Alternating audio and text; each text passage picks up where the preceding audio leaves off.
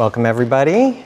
We're so pleased that you can join us for this event, which is sponsored jointly by my organization, the Criminal Investigation and Network Analysis Center, a DHS Center of Excellence at George Mason University, and our colleagues at the Center for Evidence-Based Crime Policy, CEBCP, also here at George Mason.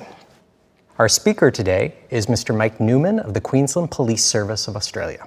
His talk will be titled Advancing Cybercrime Response, Insights from the Queensland Police Service, and a Cybercrime Churchill Fellowship. So first of all, I'd like to recognize and thank CEBCP Director Cynthia Lum for originally proposing this talk and for all of her team and her work to make it a success. So thanks, Cynthia. Next, I'd like to recognize and thank CINA's program management team at the Department of Homeland Security's Science and Technology Directorate, Office of University Programs. That's Jen Foley, Corey Davenport, and Sue Newman for their ongoing support and their support for this talk and the rest of CINA's Distinguished Speaker Series. Our talk today is going to be a hybrid talk. We have a live audience here on George Mason University's Fairfax campus, and we have an even larger audience online. So many thanks to Rock Creek for live streaming and recording today's talk. So before we start, a few words about CINA and about CEBCP. CINA's mandate is to advance DHS and the U.S. government's mission to counter transnational organized crime. DHS Centers of Excellence are managed by the DHS S&T Directorate's Office of University Programs, and each one is led by a university to conduct groundbreaking research resulting in rigorous, objective knowledge, products, and timely solutions for DHS components. Today's talk will touch on all of CINA's research themes, including criminal network analysis, dynamic patterns of criminal activity, forensics, and criminal investigative processes. CINA is supported by a DHS board of directors who help us to ensure the relevance of our research and identify champions and funding for transition.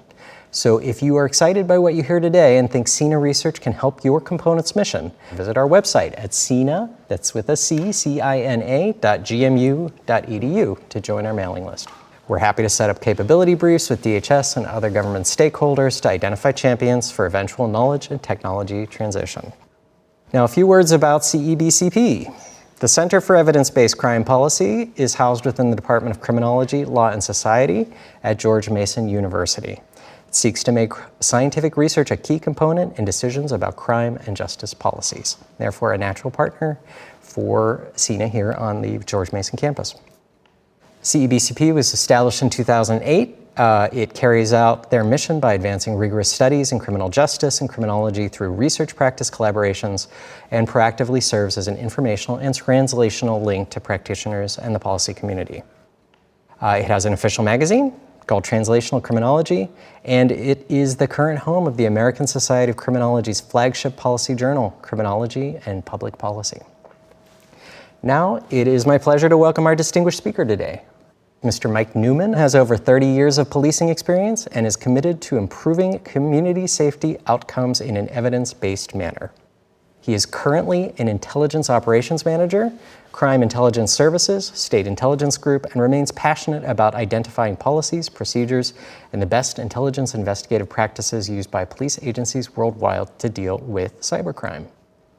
Mr. Newman is also a doctoral candidate with the University of Queensland, researching gendered advancement within a larger policing organization. He has a Master's of Information Systems from the University of Southern Queensland, completed the Company Directors course at the Australian Institute of Company Directors, and has a Bachelor of Information Technology from USQ, that's University of Southern Queensland.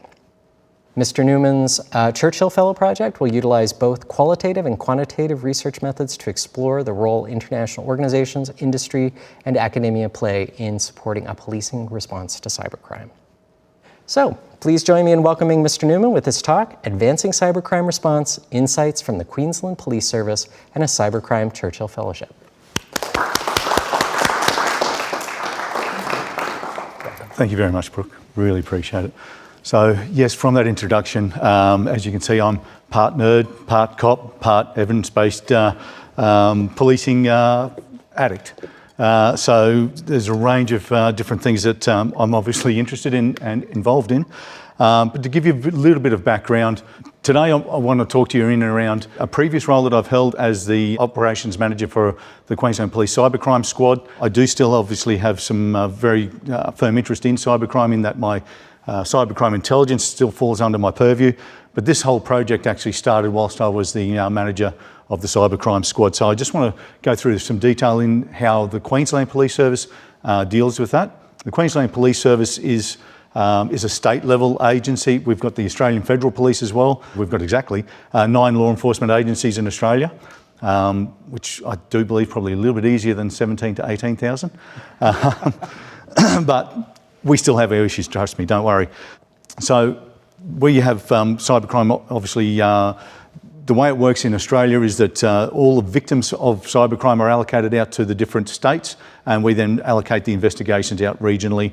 The area that I managed was within the Crime and Intelligence Command, as you can see up there, and we formed essentially the specialist unit that's responsible for capability and the more serious investigations. So the Cybercrime squad in the Queensland Police Service currently now is around 21 strong from an investigator's perspective. We have another 8 permanent triage people and 5 temporary triage people, and we've got 3 that are dedicated to prevention and engagement, as well as a senior sergeant and inspector. So the senior sergeant is the operations leader, with the inspector, which was my role, as the operations manager. We define cybercrime as both cyber-enabled and cyber-dependent. So we're not just doing your ransomware, the malware, business email compromise, we're also doing the online fraud, romance scams, puppy scams, all those types of frauds as well. So we're really starting to see a lot of traditional crimes become cyber-enabled. So where we used to have cold call investment frauds, so people would actually set up call centres and call different people, call different numbers, hey, I've got this, you've been selected for this investment opportunity. If you invest with us, you'll get these certain returns. And they'd actually get a lot of people on the hook for those scams. They've now transitioned to online. So they've actually set up websites where you can actually set up your account with them, and it will actually show up and you'll see your balance growing. But it's all fake, it's all false. Once you've given your money to them, within a couple of days, it's all gone offshore. We've started to see an increase in dating app facilitated sexual violence. So we're seeing an increase in rapes and sex assaults as a result of dating apps. We've done a lot of work with Match Group in relation to getting some advertising in and around, particularly in and around Queensland. They did geofence for us. We co-branded some advertising to make sure that people were aware, no matter which direction you swiped, consent was still required. That you weren't agreeing to anything apart from obviously meeting or interest. We're starting to see a lot of armed robberies now as a result of Gumtree, Facebook Marketplace. So people are actually getting what we call rolled or getting robbed when they turn up to either sell the gear or have the money to buy the gear. And we're also seeing drug and cash deliveries being facilitated by Uber. So a lot of what we do traditionally is becoming cybercrime. Even homicides that we're dealing with, when the crooks actually do practice runs for it, particularly talking in and around OMCGs, they take their cipher phones and that sort of thing. So we need to look at phone data, all that sort of stuff. So digital forensics becomes very important to us. But even the cyber-dependent crimes are changing. So they're starting to actually adopt business models where we now see ransomware as a service, phishing as a service. So they will actually sell you different types of models based on how much you want to spend. They will work with you to actually deliver packages. They will sell you the package alone so you can deliver, or they'll facilitate different means, different models for it to actually occur. So there's a broad remit for cybercrime from our perspective. But as I said, the picture is constantly changing. So last year, Queensland saw just over 30,000 reports of cybercrime come in. So that was up by about 38% from last year. And what we've seen since COVID has been this exponential increase. Yes, it did start around COVID time. Am I blaming COVID? Probably a little bit to begin with, but what's the excuse for it to actually continue rising since COVID's obviously gone away and we've gone back to more business as usual? So as you can see, this is Queensland, the red one, unfortunately. We got 30% of all reports across Australia last year. We are actually the 3rd most populous state in Australia. New South Wales and Victoria actually have higher populations than Queensland, getting much less of the reporting than us. I don't have an evidence base behind as to why that's happening. I have some ideas, theories, Part of it is when I actually started at the Cybercrime squad, we didn't have the prevention and engagement team. And it would appear the more we actually get out and inform the community about cybercrime, the more we actually get out and inform them about the reporting options and how to report, the more reports we're starting to get.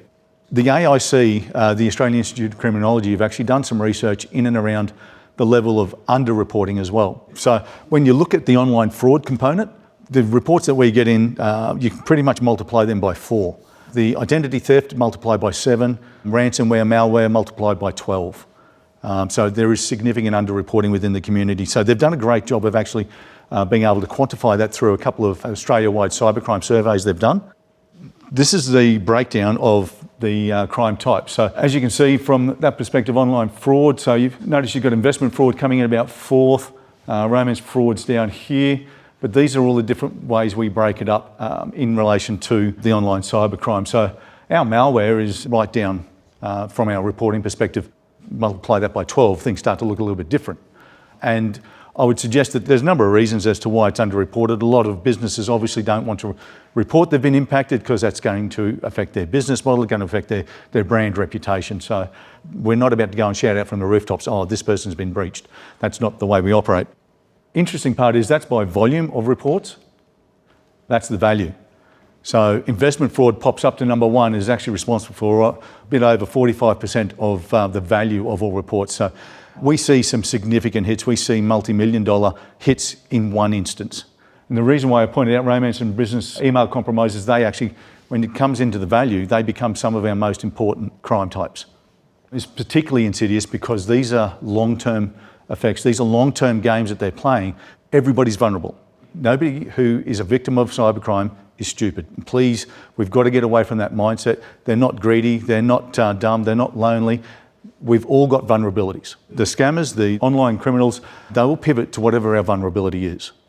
For the romance scams, they will play the long game. They will take up to 2 years to actually engage with these people, get them on the hook, get them feeling that they loved, get them feeling that they actually matter, that they're an important person in their life. Then they'll start getting them to invest, or they'll turn around and say, hey, I've got some people wanting to invest with me. I just want to use your bank account to move these funds. I don't have the ability to come over there and set up a bank account. Can I just use your bank account? And can you transfer these funds for me overseas? Or can you transfer these monies into cryptocurrency? They're in a relationship with this person that they've never met, and they start to funnel the funds outside of the country. At that point, that victim becomes an offender in our books. That's a money mule. So they start committing offences, and trust me, we can go and have conversations with these people, but they still believe that they're in love, they believe they're in a relationship, and are very reluctant, and if not, some won't stop actually transferring the monies, even after police go along and warn them. And yes, unfortunately, they do become offenders. We do try to work with the families, we do try to work with the victims to provide support, but some still just don't want to believe. Because this is all about social engineering. This is all about getting that hook and getting it in deep enough to keep you there. And particularly with the online investment frauds, which take up the biggest one, you've got to invest your money for a long time. You've got to invest for 6 to 12 months before you can start getting these magnificent returns. Look, within 3 days, we don't have the ability to actually access the financial kill chain. And so once the money's actually deposited, if you're waiting for 6 months, it's too late. We can't get the money back. A lot of the work we do isn't about remediation, isn't about getting the money back. It's trying to find the offenders, because the money's well and truly gone by the time they're actually aware that what they've actually invested in is a scam. So I just want to talk about a couple of other emerging methodologies that we're starting to see. Since COVID-19, QR codes have started to pop up everywhere around Australia particularly. And it's become a target for cyber criminals. So as I said, they will pivot from one methodology to another. We see when we have disasters over in Australia, which we do have quite a bit of when you start looking at floods, fires and whatnot, when we set up disaster relief funds, they will set up GoFundMe pages to get people to put money into it, or they'll actually start pinging out messages going, hey, we're from the disaster relief fund, give us your details, we'll pay you your money. So yeah, very simple phishing techniques, but very effective. Again, they operate off high volume, low value. If they can get out a high volume of these messages, they only require a small number to start getting people's identity, people's details, and to be able to start using their bank accounts, using their details. So these QR codes have been sent via email, which then starts to avoid spam filters.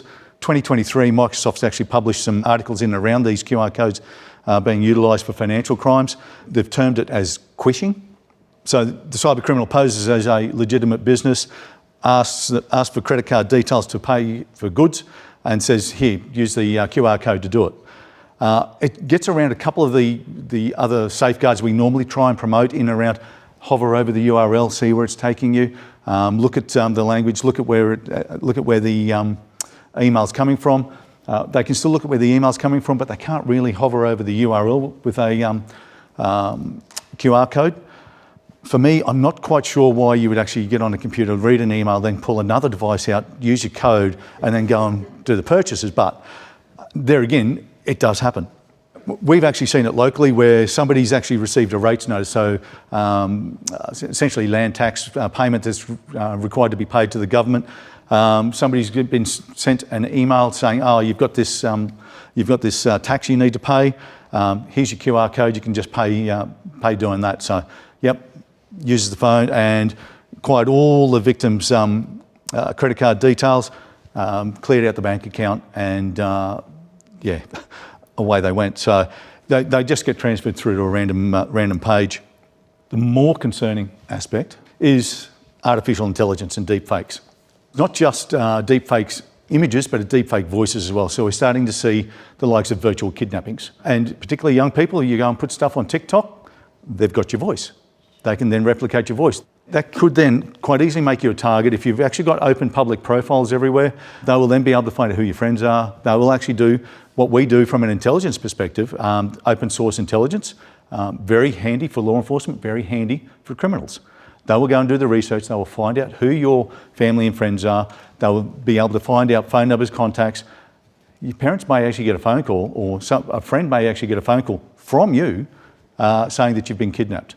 Now, this works very well on overseas internationals who come over to Australia for study, and they get these phone calls coming from other countries where they're less trusting of police and more likely not to engage, particularly when the kidnappers turn around, the virtual kidnappers, turn around and say, don't contact law enforcement, just pay the money and they'll be okay. So there have been a couple of instances of that. That's starting to come out, and they can actually start to replicate the cloned voices can start to replicate the tone, the pitch, accents, because the regenerators that you can pick up online now, fairly cheaply, if not free, are very, very good at what they do, and it's real-time conversations. So they're speaking into a microphone, real-time conversations, and real-time translation into your voice. When I got there, we actually developed and implemented a cybercrime strategy. We wanted to actually take a focused, targeted approach. We're responsible, as I said, for the entire cybercrime capability for the Queensland Police Service. Queensland Police Service has 17,500 members. It's actually 2.5 times the size of Texas. So we've got a very large area to cover. Of our 17,500, 12,500 are sworn, 5,000 civilian members. I had the cybercrime strategy when I started at Cybercrime. I actually worked with the team to work out how we're actually going to implement this strategy. So I walked into the room, set up a workshop, turned around, said, ranks off the table, give me your ideas. All of these ideas have come from the joint collaborations of all my staff. The first thing we did was set up the prevention engagement team. So we actually dedicated 3 detectives to develop and deliver educational campaign material, attend events, so there's tailored evidence-based presentation and community events. They would go and give subject matter talks at various cybercrime forums. We'd enhance our relationship with an organisation called ID Care. So that's our only referral network we have for cybercrime. That's for identity theft though. It's not one of the top crimes that we have, but it is a referral service that's available. It's actually now nationally funded, which is fantastic.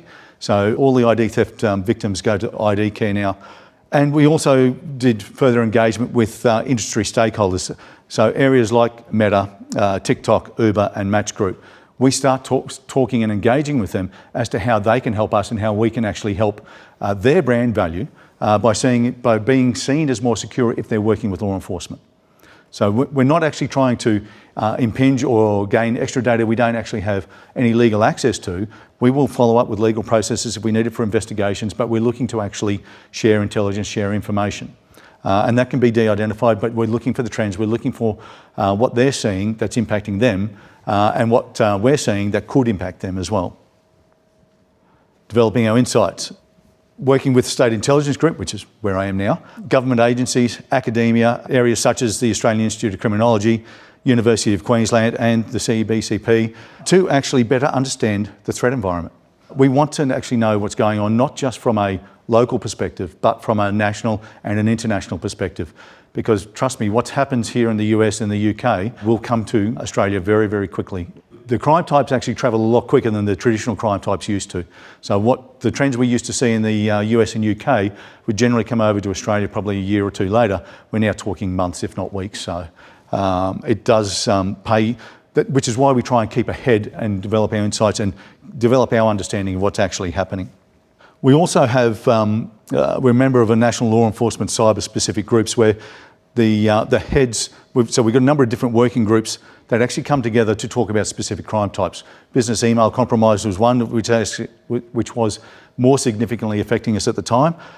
We've got blockchain technology groups so we can actually better understand crypto and the like, so that we can actually start to work with each other, collaborate more, because the one thing with this crime type is it does not understand boundaries. 90% of our threat actors are offshore. And I was talking with Chris and Cynthia earlier, which means the traditional criminological theory of deterrence, arrest, prosecution, jail, goes out the window. It becomes very unlikely to be arrested rather than more likely. Hence why, from my perspective and from the unit's perspective, prevention becomes much more important. The next aspect is that we have the digital literacy capability for the entire QPS. So we need to make sure every officer from a recruit through to the commissioner understands what cybercrime actually is and the impact that it's having. We need to promote ongoing awareness across the organisation, and we do that via regular workplace posts, presentations at different officer in charge conferences, and also at our senior leaders forums, etc. that we have. The other thing we need to do is actually make sure that we have relevant training available for each of those different levels. So I've actually looked at it from a 4-tier level perspective of training. So our recruits and our general duties officers, the ones who go out and do a lot of the domestics and all that, still need to have an understanding of cybercrime, because a lot of those investigations do get detailed out, even out to the general duties level, not just to the regional detectives. So I want them to have an idea of what cybercrime is. And from that perspective, we need to demystify it, because everybody sees the word cyber as a police officer and goes, ooh, I can't touch that, that's ones and zeros. And it's not. It's not that, well, it is, but it's not. The one thing I need to actually investigate a cybercrime is a good investigator. Because once you get past the idea that this is ones and zeros, it's a matter of sending the right request to the right place, get the information in, follow the leads, follow the chain. And it just becomes another investigation. And I use the analogy that it's very much like a fraud investigation or a financial investigation. It's a matter about knowing, finding the right bank or finding the right cryptocurrency exchange as to where these accounts, etc., have been, and following the leads. Cybercrime is very, very similar. A little bit more technology involved, but still very similar. A good investigator can be taught these skills, can be taught how to do it. And that's part of what we've actually done with advancing our people, is we've actually done up essentially playbooks or how-to guides for a number of different crime types. If you've got this crime type in your file caseload, here's the steps you need to take. Trying to simplify, demystify, and make it easier. And we provide those for the level 2. So the level 2 is our regional investigators. So as I said before, most of our crimes get allocated out to regional investigators. The Crime Intelligence Command is really there as a support agency. So to become a detective in Queensland, you actually need to go through a 3-year training process once you get allocated into a plainclothes position. So it's a fairly onerous task. You're doing 3 phases of training, as well as delivering up a practicum to show what work experience you've got. So you've got to have a range and breadth of experience. You've got to show you can manage human sources. You've got to show you can arrest a variety of different people, both juveniles, adults, and the gamut of types of offences that we actually look at around Queensland. And part of that we've actually got our specialist officers from the Cybercrime squad. We'll go out to the phase 2 of the detective training, spend a day with the trainee detectives, going through their caseloads, but going through a scenario with them first, and then saying, hey, bring your cases in, and we'll actually work through those with them. So we get the opportunity to get all the trainee detectives and start to do that, continue that demystification process. We've got, as I said, we've got what we call OSINT, open source intelligence training, which helps, and dark web courses, so they can start to get a taste of what it's like with the dark web. Then we get into level 3, where we have the specialist investigators. Now they're the investigators in the Cybercrime squad in Crime Intelligence Command. So we actually go further than that. We go into covert online engagement training, so they can actually engage with people on the internet. They get more understanding if they don't have the IT skills, if they haven't gone and been the complete nerd and gone and done degrees and masters in IT. We start to give them the basics, and we start to put them through a technical and further education colleges we have. We call them TAFEs over in Australia.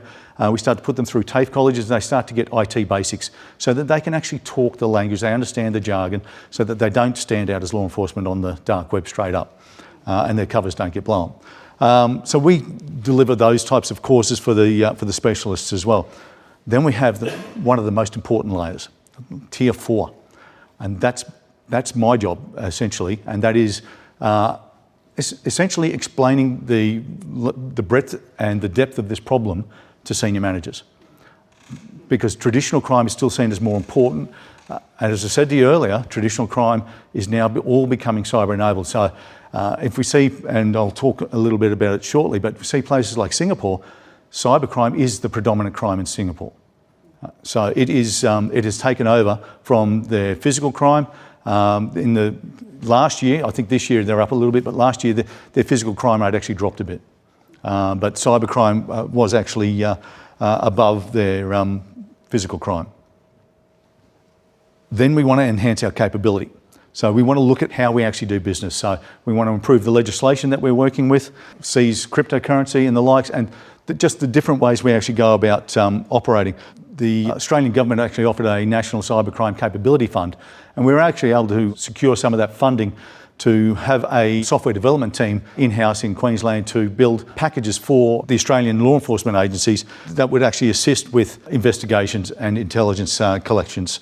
There's other different ways we're actually looking to enhance our capability, and part of what I'm doing for this Churchill Fellowship that I'll explain is looking at how we actually enhance our capability. The one thing I will say with cybercrime is that this has to be and cannot be anything else but a global effort.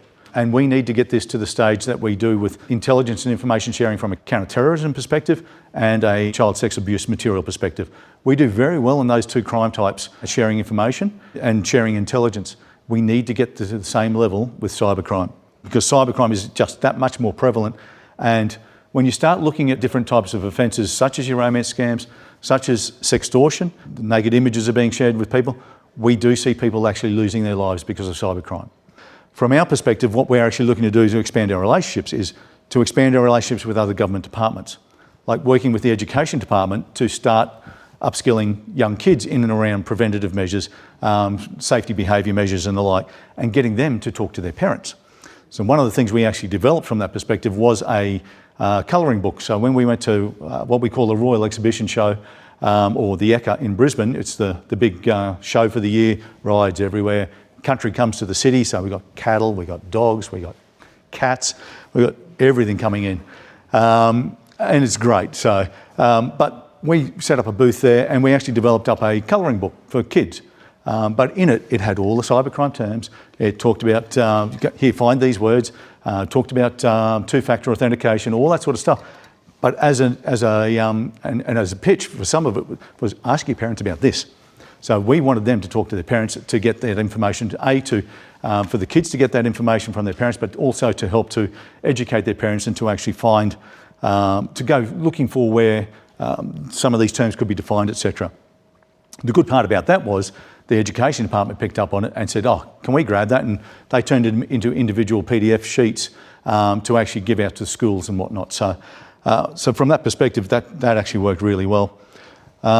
We've got a formal partnership model between all the law enforcement agencies around Australia. So every quarter, all our heads, all our commanders for cybercrime get together and meet and talk about what the problems are they're seeing, what they're doing, what are the operations they've got going on, and looking for opportunities to collaborate.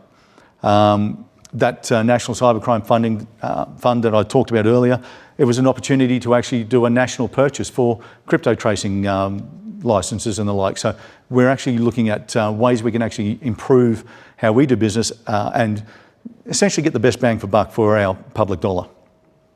We also look to enhance strategic partnerships like with the Australian Federal Police. So they've started up the Joint Policing Cybercrime Coordination Centre down in Sydney. We actually now have an officer seconded down there into Sydney on a full-time basis. Again, that's really helping to bring the cross-jurisdictional aspect. And I've got to say and probably we'll save it for a little bit later, but from the trip that I've done so far, we really need to more heavily invest in that type of infrastructure. And as I said, we're working with other areas like the Australian Institute of Criminology, and particularly with their cybercrime survey that they put out across Australia. They gave all the heads of cybercrime for law enforcement around Australia the opportunity to actually input for the questions, have a look at the questions, see if there was other questions they actually wanted to ask, what was burning questions for them as well for the Australian public. So it's a really good relationship we've got with AIC from that perspective. This is my vision for the future. I want to work with industry. I want to work with industry to encourage safety by design. This needs to be sold to them from the perspective that it can add value to their business model and be seen as a competitive advantage. If they can actually turn around and say, we've taken these different steps to ensure your safety, that when you use our product, that you're safe from scammers, that you're safe from criminals, or safer from criminals, that's something to add to their business model. We've got to get past the stages of, no, sorry, we're just here to facilitate social media. We're just here to facilitate conversations. No, sorry, they've got to take some level of responsibility. This has to be a team effort. This isn't just law enforcement doing it. This isn't just government doing it. This needs industry involved as well. Other government agencies, we need to actually get in sync with other government agencies a lot more than we currently are. I'm happy to lead the prevention and the engagement efforts, but we need support from the likes of the senior care areas. So elder fraud is a big one. From schools, as I said, they are engaged, but we can never have too much engagement. Other areas of government, social services and the like, we've seen homeless people targeted by cybercrime. So there's a range of different services we can actually engage with that can put out cyber safety messaging for us. And yes, I know I'm talking about cyber safety, and that's getting into the cyber security realm. Let's just say I turn around and say that cybercrime only happens when cybersecurity fails. Cybercrime has a niche in prevention as well as cybersecurity. There is some overlap from that perspective. We need to better understand the nature of the victimology. We need to better understand the offender topologies. Do the traditional criminological theories hold in cybercrime? I don't know. Can we test it? Let's test it, please. Obviously, as I said, I don't believe that deterrence works because we don't have the opportunity to lock these people up most of the time. And I know that different countries, including Australia, put sanctions on these people. But realistically, what's a sanction going to do if the person's not going to leave that country anyway and they've got a good quality of life and lifestyle there already? What other things can we do from a deterrence perspective? How else can we actually look to impact these people to achieve that deterrence? So there's a range of different things I believe that academia can actually help us with. And at the end of the day, still working with the community. The whole idea we're doing this is to actually protect our community and make it safer for the community. And a lot of that is going to be working with different media outlets, working with different newspaper outlets, working with different areas to actually get the messaging out. The key times there where scammers are more active, and that's things like Valentine's Day, tax time, Black Fridays, as I said, floods, fire, charities. During COVID, we saw a lot of scams pivot towards COVID testing kits, COVID injections and the like. And for us, state of origin or football time, big time for football in Australia, or particularly Queensland and New South Wales. But there's again lots of scams. We've seen lots of scams in and around concerts, like Taylor Swift coming to Australia. We start to see scams for tickets and whatnot. Most importantly from all of this is that we need all the groups working together collaboratively. At the moment, I do believe we've got a number of silos. There is some ad hoc cooperation, there's a lot of goodwill. There's a lot of willingness and a lot of effort actually going into this, but we need to do it from a more coordinated perspective. We have previously held forums like a digital roundtable forum where we got a lot of the industry in, we got academia in, we got other law enforcement in to actually talk. We need to keep that rolling forward. We need to keep building on that and keep learning from that. And this is the purpose of why I've taken on the Churchill Fellowship. I've been fortunate enough to have been awarded this fellowship/scholarship to actually travel the world to talk with different law enforcement agencies about how they deal with cybercrime and the networks that support them. And I did it from that perspective. I didn't ask to just go and talk with law enforcement agencies because I know, and it can't be just law enforcement doing it on their own. So I wanted to understand how each of the different agencies are actually being supported by different areas outside of law enforcement. So looking at different areas such as police, such as not-for-profit agencies, public-private partnerships, academia, and so what I'm going is looking for best case examples or case studies or examples of initiatives that we can actually look to replicate back in Australia. So to actually, I do believe we've got a very good framework in Australia, but I do also believe there's gaps and there's always room for improvement. And particularly if you review that, and from a continuous improvement perspective, there's always things we can learn. Fortunate enough to go and visit these agencies, so CSA, Interpol, Singapore Institute of Technology and the Singapore Police Force. For me, one of the really interesting aspects, and something that certainly doesn't happen in Australia, is that Singapore Police Force and CSA Singapore actually go out to cyber intrusions, reports of cyber intrusions together. So CSA goes to remediate, these guys go to collect the evidence. But they're doing it together because if you go and remediate, generally the evidence is lost. And that's something that's a model I'd love to be able to try and replicate, absolutely. Yes, it will take more resources, but it's something that's absolutely vital. If we want to start actually collecting evidence around the indicators of compromise and how these criminals are actually operating, we need to go with the people doing the remediation so we can actually learn and understand. Also, Singapore have got some of the best prevention materials I've ever seen. We put a lot of effort into our prevention and engagement. Does it work? I can't tell you. I can't think of a way to tell you if me putting somebody at an exhibition stand actually has an impact. I can count outputs, I can count out the number of things that we hand out, I can count the number of people we talk to, but what's the outcome?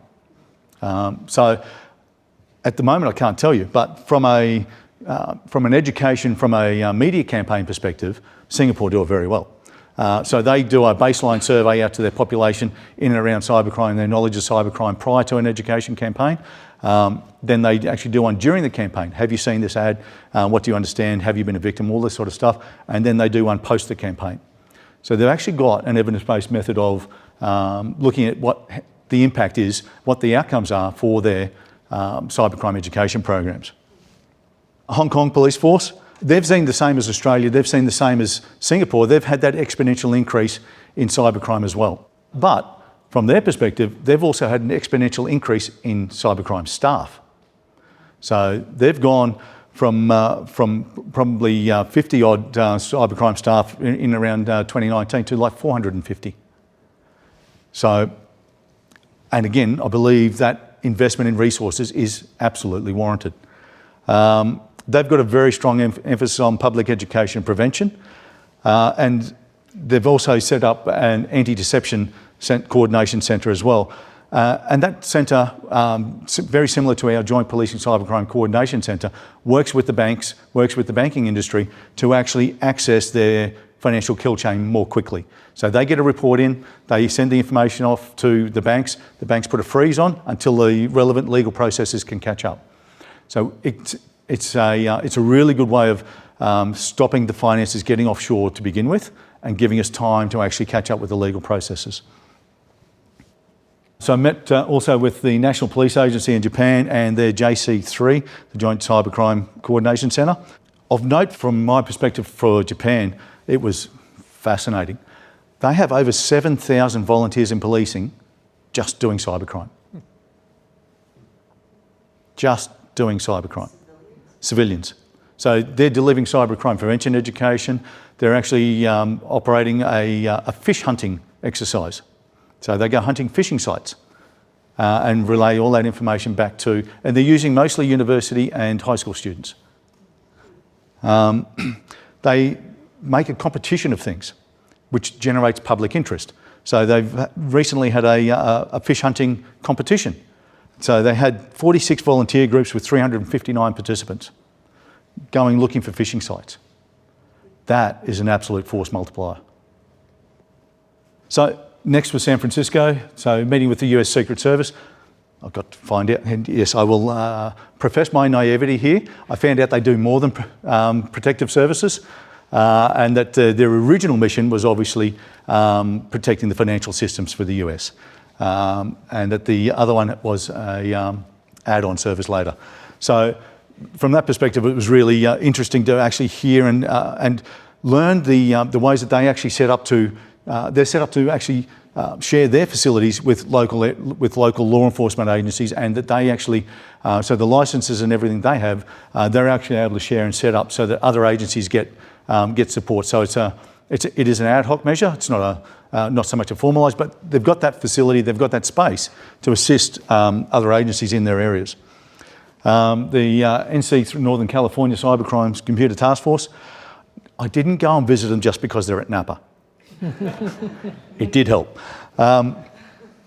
But again, they've got rooms set up to help their local agencies. They've got areas set up where they can actually collaborate. So again, really big, two agencies really big on this whole collaboration perspective, and actually understand and get it that not every agency is going to have the same amount of resources. So they've got obviously access to the federal funding, and they set up that availability for other areas. And obviously went to spoke with the SFPD as well, with 2,000 police, very small cybercrime team, I think 2. There's more in cybersecurity there than cybercrime. It's not so much doing the investigations, there's more in and around the actual preventions and bringing on technology. Pittsburgh. The NCFDA, the National Cyber Forensic Training Alliance, they have most of the major federal agencies set up there. They have international agencies like AFP, New Zealand, Canada, all embedded in the NCFTA. They also have the banks embedded. They're a not-for-profit agency that's set up to actually encourage the information and intelligence sharing. With 180 members, that's fantastic. That's such a great reach. And they're bringing together banking, telecommunication companies and other industry partners to share this intel. From my perspective, it's things like that we actually need to invest heavily in and actually get, not just from a national perspective, I want us to actually think about how we do it from a global perspective. Yes, they've got international partners in there, and they're showing how it can be done. We need to, from my perspective, put it on steroids. They actually do run an international task force that brings together 30 countries annually, but it's not managers like me, it's not bosses like me coming together to actually talk to them. It's actually the operators, it's the people working the cases. So they come in and they work their cases all in together, in collaboration, and they start sharing tips and ideas with each other. So a fantastic way to actually build up skills and capability from that perspective. And also see Carnegie Mellon, US Secret Service embedded within Carnegie Mellon to actually look at what assistance the Software Engineering Institute can give to law enforcement. Again, another great idea and another great way of using academia. Yes, there's costs and federal expenses involved, but having an officer actually embedded, and I come from a perspective where I was previously embedded with the University of Queensland as a evidence-based policing visiting fellow. I get and understand the relationships that you can actually form, and really acting as a translator. So I would translate the police needs versus the research needs, and I would actually sit in the same room with police and researchers and go turn around and tell the researcher, no, basically we can't do this, legislative requirement, operational requirement, we can't do it that way for these reasons. And they go, oh, okay, understand that. And vice versa, I do it the same with the police. If you actually want a rigorous study, we need to do it this way. We need these conditions to be met, and we can actually have a rigorous study from that perspective. So And again, that's what the Secret Service is doing from this perspective. It's fielding the requests, it's analysing them, having a look and working out what's going to be the best bang for impact, talking with the academics there and working out what can and can't be done. Again, it's a fantastic arrangement. That brings me to Washington. Again, you can see a range of different areas. I've been from FBI Cyber Division, IC3. So IC3 is set up very similarly to Australia, a national reporting agency for all cybercrime. All of our cybercrime gets reported through to Report Cyber. So we have reportcyber.gov.au where everybody's supposed to report, but we also have the National Anti-Scam Centre. We also have esafety.gov. We also have the ACCC. And they're all advertising different ways of saying, hey, give us your information and we'll help you out or we'll record it. Unfortunately, it's only reportcyber.gov.au that goes to law enforcement. All those other avenues where we're confusing people about where to report don't come into law enforcement. So again, that's where some people I believe are saying, I think the AIC under-reporting figures are worse than they actually are, because a lot of people would think that they've reported to those different areas, think they've reported to law enforcement, and they haven't. So part of the push will be to actually have all these different areas pushing into the one bucket so that we can access it, so that we can actually run some intelligence of it, so we can actually start to get a better picture of exactly what is happening. So Montreal, there's the Human Factors in Cybercrime conference that is meeting with other academics in and around the work they're doing in cybercrime. Really interested to see, because I really want to leverage off academics and what they're doing in cybercrime and how they can actually help inform us of the picture and what's going on. New York, the NYPD and again Secret Service, it's interesting, same agency, different operating models across the country, and that was one of the first things I learnt in San Francisco talking with the agent there. He did say they operate differently depending on different states, depending on different localities, so I wanted to actually hit as many as I could. Then into Edinburgh with the Scottish Institute of Police Research. Thanks very much to the International Summer School.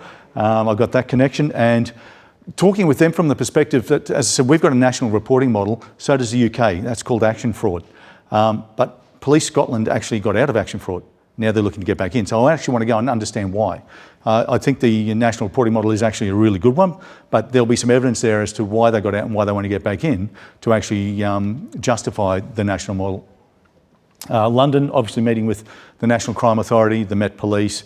The City of London Police actually do quite a range of activities from a national perspective. So they run action fraud, they run police cyber alarm and cyber griffin projects. So there's a range of different things I want to talk with them around. Into The Hague for the Europol Cybercrime Conference. So getting to the opportunity to actually meet with 58 different law enforcement agencies all at once over a 2-day period and have some other meetings in and around the Netherlands with the academics and with the policing as well.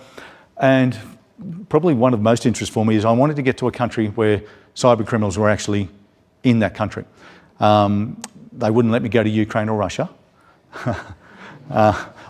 I did kind of get to China with Hong Kong. It is China, but again, they're still very British-centric in their policing from that perspective. But I want to understand from Bucharest, from the Romanian perspective, how they find international requests coming into them and how they deal with that and the cooperation and the levels that they need to go to maintain that.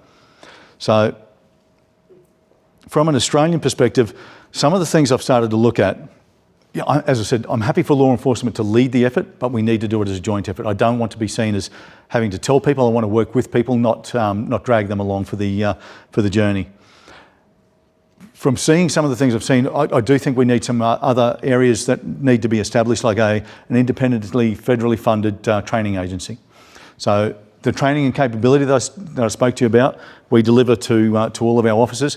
Whilst my detectives are designing, developing, delivering, and then continuously updating training, they're not investigating.